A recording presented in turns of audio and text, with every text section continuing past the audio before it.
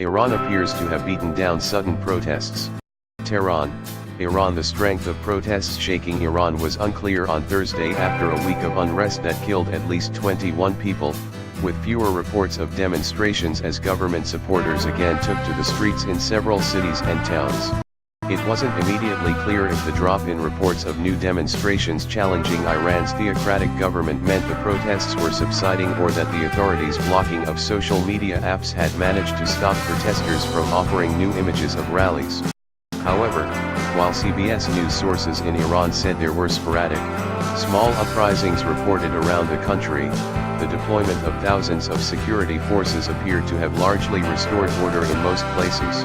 Estimates put the number of people arrested during the past week of unrest at more than 1,000, but the government has confirmed only about half that amount of detentions. One witness said some protesters were seen being driven away blindfolded on the backs of motorcycles, the preferred mode of transportation for the feared Basiji paramilitary force, linked to the elite Revolutionary Guard.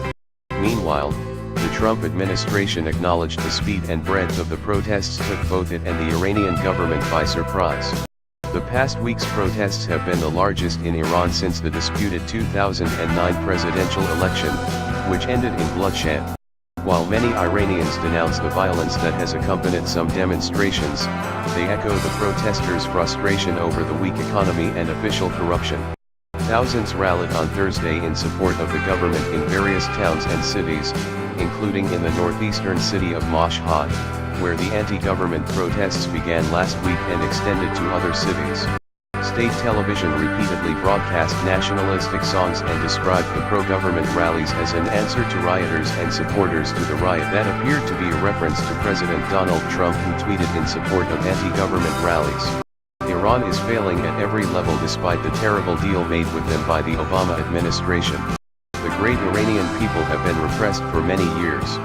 They are hungry for food and for freedom.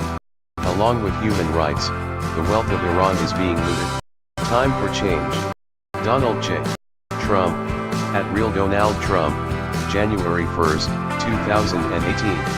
The TV also broadcast footage of similar pro-government gatherings Thursday in the cities of Shiraz, Isfahan, Ardabil, Burjand, and Yasujeh. Meanwhile, a top Russian diplomat warned the United States not to meddle in Iran's affairs and suggested that Washington wants to use the unrest to undermine the Iran nuclear agreement. We warn the U.S. against attempts to interfere in the internal affairs of the Islamic Republic of Iran, Deputy Foreign Minister Sergei Ryabkov told the state news agency TASS on Thursday.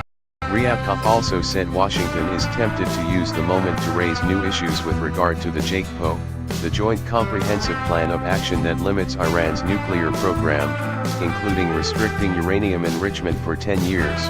Vice President Mike Pence said Wednesday the U.S. wants an agreement lasting longer.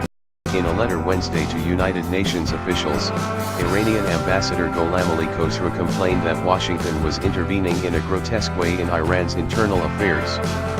He said Trump and Vice President Mike Pence were personally stirring up trouble.